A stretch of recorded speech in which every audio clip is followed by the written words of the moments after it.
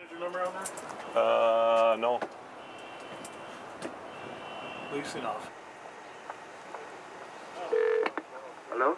Hi, this is the Minneapolis Police. Can you come down and let us in the front door? We're trying to get into the building to talk to somebody inside. I always tell everybody we're all a little crazy. Some of us handle it better than others. We've emptied those goddamn institutions, put people on the streets, and they're sleeping on park benches.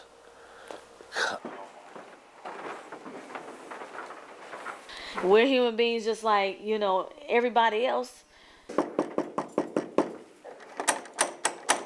It really gets my dander up, really does. I mean, where are our priorities and our sense of humanity? Mental illness is a brain disorder, not a crime. We're beginning to see that the way our society deals with mental illness has to change. This is a story about what is wrong with the system and what we can do to get it right. William! William!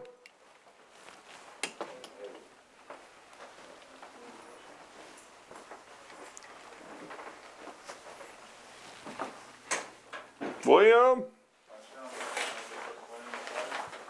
And no suicide notes. Oh, he's been drinking.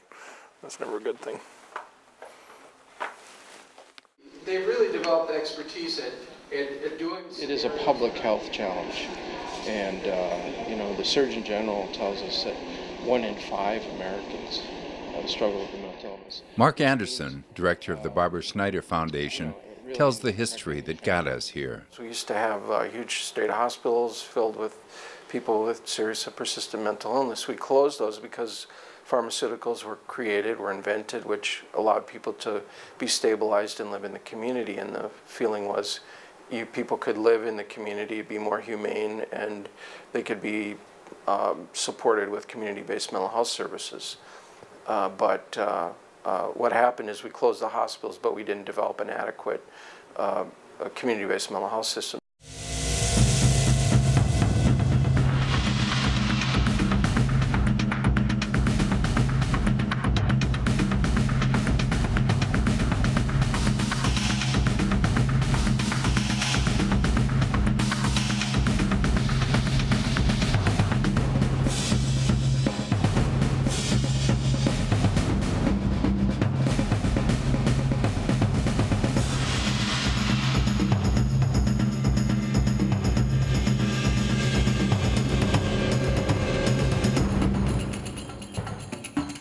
More than half the people in our jails and prisons across the country have a mental illness. My diagnosis is bipolar with psychotic features, and it's generally known in the mental health field that people who have that diagnosis get 6 misdiagnoses before they get it right. Again, I am that statistic. In 1989, I was diagnosed with late onset mental illness, and like most of us folks who have that label, I came here in 1985 for treatment for chemical dependency, and then got dual diagnosis in '89 for mental illness. And it took a while for me to learn that about 80% of those who are homeless are either chemically dependent or mentally ill. And of those who are mentally ill, 7 out of 10 are chemically dependent. And I am those statistics. After 89 arrests, Charles Jensen's mental illness was finally diagnosed and the right treatment begun. He has been free of trouble with the law ever since. He talks about how hard it is for people to get it. I think that it's scary, really scary. What if it's my daughter? What if it's my son? What if it's me? Just like CD. My mother, I mean, when I tried to confront her about smoking to help her understand my addiction, she was high school education, and her whole take was, you're weak, you're weak, you're weak. And she was trying to distance herself as much as she could from my disease. And I think what it was inadequacy. And there's another defense mechanism in there. Inadequacy and defensiveness, a kind of this guilt. Did I give it to him? Did I do it wrong? Most people don't get it because they're removed from it. Let me show you this. Right here. This is my higher power. And without this, I'd be in jail. We can get 5 different cops doing 5 different things from the same incident. If there was a way that we could work together to really be more consistent with the outcomes that we're working with, that would be the major change that I would like to see, more consistency. Gloria Freeman is director of a number of group homes for people with developmental disabilities, including mental illness. She visits with one of her clients, Monica, who has been diagnosed with bipolar disorder and who had a terrible experience with the police. I'm just saying, I think people and generously with disability deserve to be treated with the same way as anybody else. Mm-hmm. You know what I'm saying? With the same respect as, you know, a normal person on the street, you know what I'm saying, would be treated. I would wait a little bit longer though. Really? Yeah, because you know I've been losing weight too.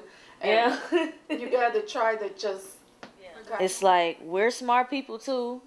We're human beings just like, you know, everybody else. Yeah, I was like...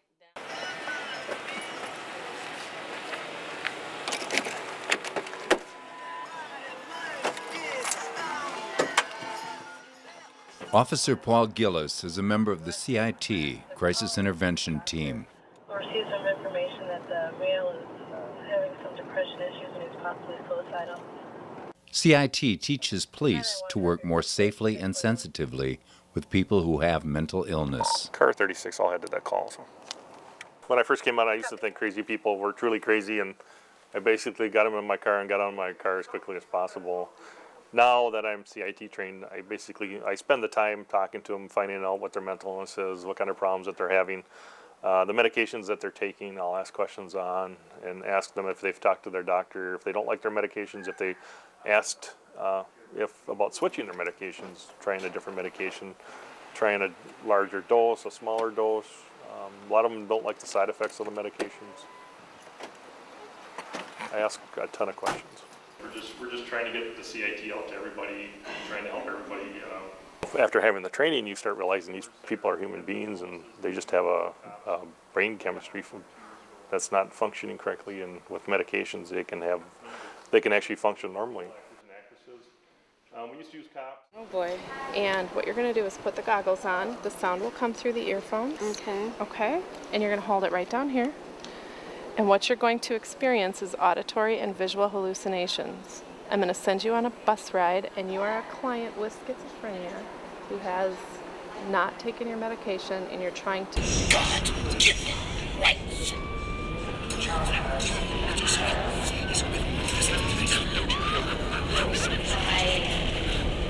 Welcome back. Are you having a nice ride today, Your Highness? Do you know where you are? How do we do that? Now you're starting to get... The Barbara Schneider Foundation is working to bring all these different people together to get it right.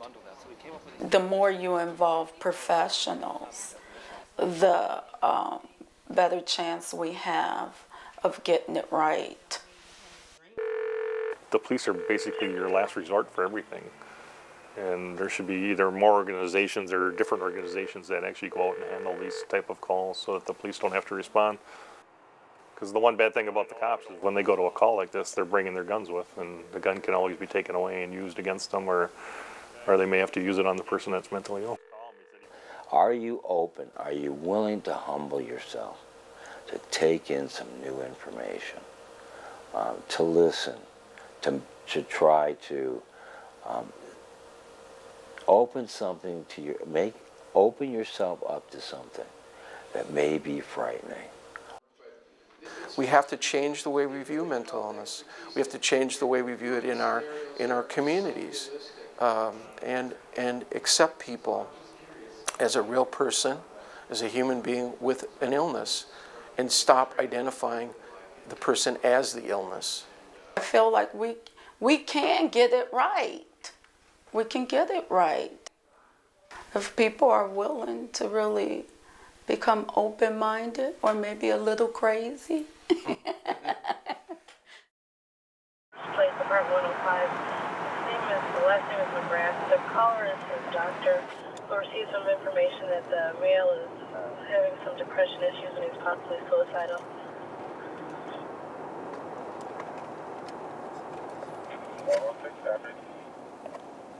Close 6 to go. 991, copy your close port, 1021. Car 36 all headed that call. So.